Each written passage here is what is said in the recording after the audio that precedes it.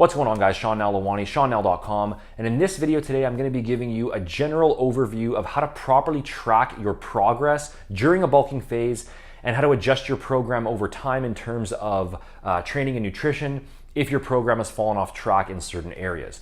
Now, some people, especially lifters with above average genetics, they can often do fine by just kind of eyeballing the mirror and the scale as they go along without specifically tracking things.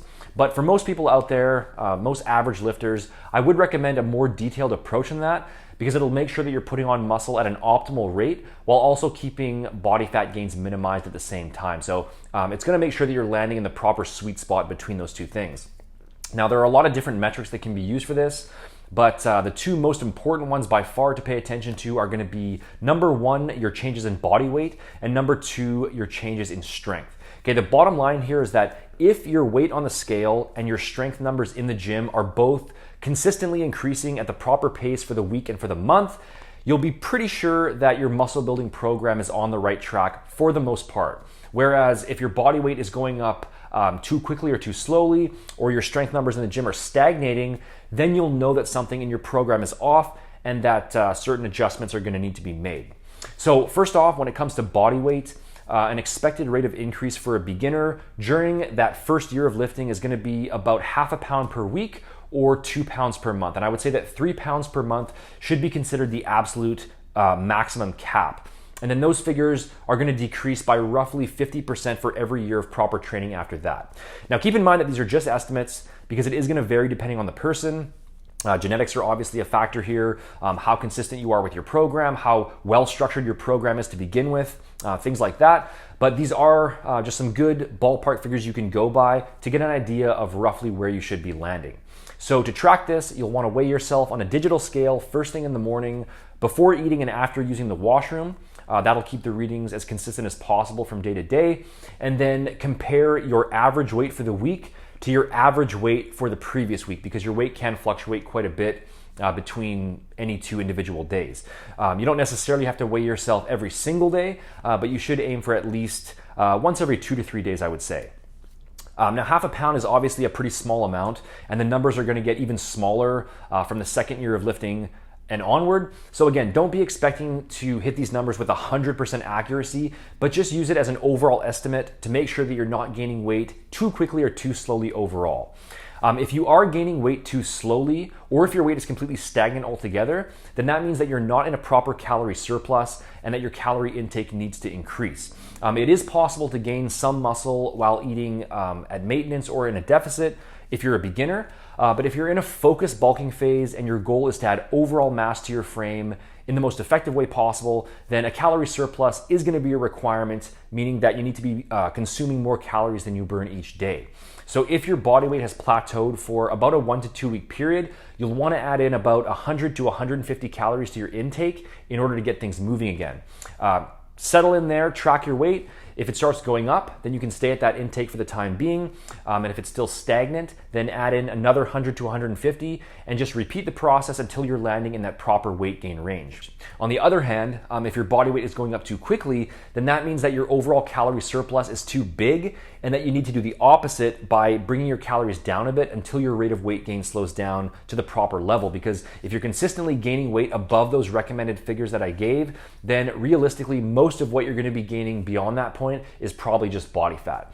Muscle growth is a slow, gradual process. Your body can only build a limited amount of muscle from week to week and from month to month. So you have to stay patient. You have to aim for quality lean gains over time rather than trying to rush the process. Keep in mind that for every 1 to 2 pounds of fat that you gain during a bulking phase, that's going to represent about a week or so of cutting that you're going to need to do later on. So your future self will thank you for this, not to mention that you're just going to look better and feel better throughout your bulking phase if you stay a bit on the leaner side.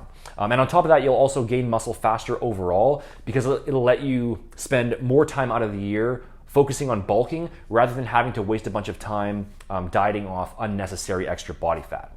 Now, the other option in either of these two scenarios, so either if you're gaining weight too quickly or too slowly, You can also adjust your activity level, because in the end, calories in versus calories out is going to be the ultimate bottom line. So if you're gaining weight too slowly, but you're also doing a lot of extra cardio or other physically strenuous activity during the week, and you're burning a bunch of calories through that, then reducing some of that activity could also help to increase the size of your overall calorie surplus for the week.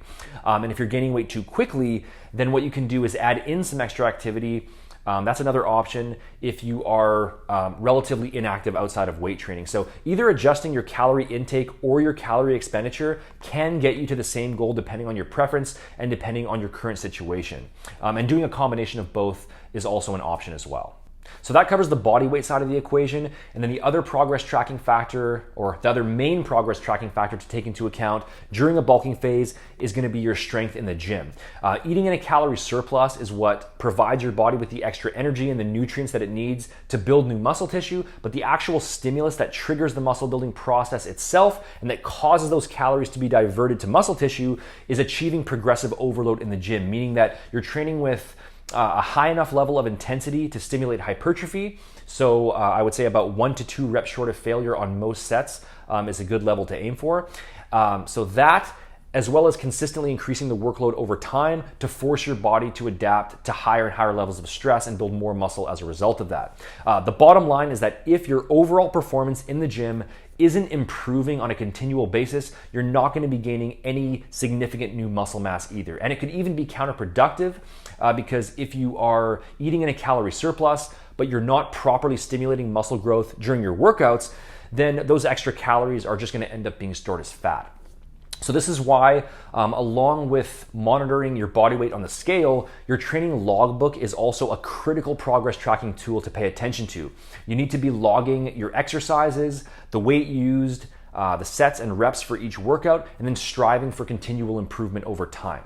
If you're still a beginner to intermediate lifter and you haven't yet reached the advanced stages of lifting where strength gains are going to slow down quite a bit, then you should be expecting some form of strength progression pretty much every single week in the gym, whether that just means performing an extra rep or two with the same weight on a given exercise or increasing the actual weight itself. And if you've gone 2 full weeks without any progression at all, then something in your plan is definitely off and needs to be modified. Now, there are other ways to achieve progressive overload besides just increasing the weight and the reps on your lifts. You can perform more total volume, you can use higher frequencies, you can reduce the rest time in between sets, you can make the exercises more mechanically challenging with the same weight. But I would say that if you're still a beginner to intermediate, then the most effective and the most reliable way to stimulate muscle growth is to just get stronger, period. And as you become more advanced and as you're lifting heavier loads, then you can start incorporating those other methods, especially on smaller isolation lifts where just adding more and more weight over time eventually becomes impractical. But the simplest and the most effective progression method there is to just lift more total weight. Now, what if your strength gains have stagnated and you're having trouble increasing the weight or the reps on your exercises? I can't go into all the details behind that in this video, otherwise it'll drag on forever. Strength plateaus are a complicated topic, but a few basic possibilities. First off, you might just need to increase your calories because body weight plateaus and strength plateaus often go hand in hand, and they can often be fixed by just applying a simple calorie increase, like I talked about before. Second, take a look at your training intensity levels. So if you aren't truly going 1 to 2 reps short of failure, then you might not be providing a strong enough stimulus for significant muscle size and strength gains. Another big one is recovery. Remember that training in the gym is what stimulates muscle growth, but the actual process itself takes place while you're resting. So make sure you're not training with excessive volume or excessive frequency. And if you are a bit on the higher end of the scale, then cutting back a bit can often help in order to give yourself more recovery time. Also make sure that you're not going overboard on cardio and other physically strenuous activity during the week either, because that can interfere with the recovery process as well. And another thing is to double check your sleeping habits, because that can also influence your performance in the gym quite a bit.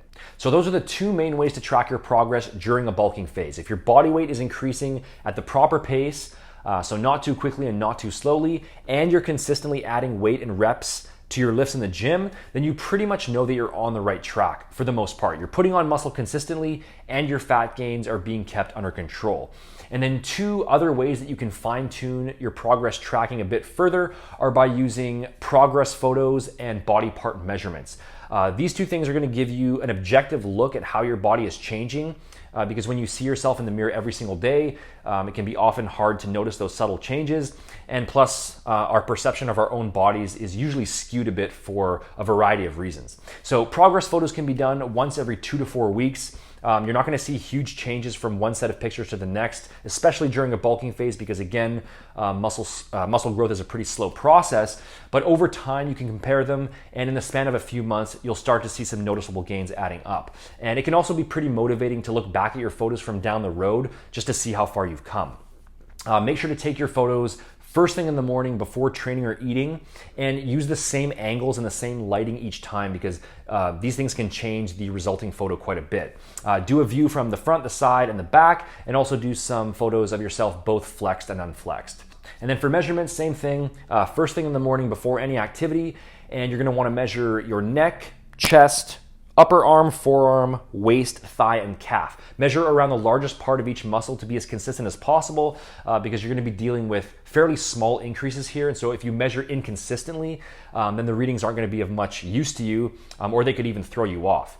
Most measurements are taken unflexed, but the upper arm is the one area that people usually do measure in a flexed state. Most people who share their arm size online are using a flex measurement. So whether you measure yours flexed or unflexed is up to you. But again, the most important thing is just that you are consistent and you're measuring the same way each time.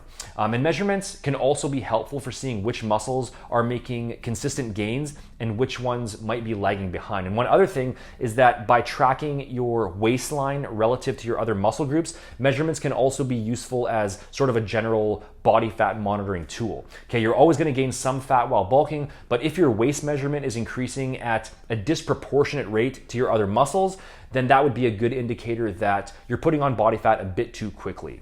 And then lastly, on the subject of body fat, the other question that comes up here is whether you should track your actual body fat percentage during a bulk. Okay, knowing your exact body fat percentage would obviously be useful, but the problem here is that it's actually really difficult, if not impossible, to get a proper body fat reading with most available methods. DEXA is probably going to be the most accurate, but even then it can still be off by a couple percent or more, and it's pretty expensive, and it's not going to be practical to be getting a DEXA scan every week or every couple weeks. And then cheaper home methods like body fat scales, for example, those can easily be off by as much as 5% or more. Overall, if your body weight is increasing at the proper pace and isn't going up too quickly, strength levels are going up, and your visual appearance and your waist measurement don't show any obvious excess increase in body fat, that's usually enough information for you to know that your overall body fat is being kept within reasonable limits. And so tracking your exact body fat percentage usually won't be necessary. If you do have a method that can give you consistent readings, like a scale or body fat calipers, then you can optionally use that to track the relative increase in body fat from week to week, just to get some extra information. But don't put too much stock in the actual objective reading itself, because it could very well tell you that you are 18% body fat when you're actually 14%, or vice versa. So just use it as a weekly comparison tool to give yourself a bit of extra info.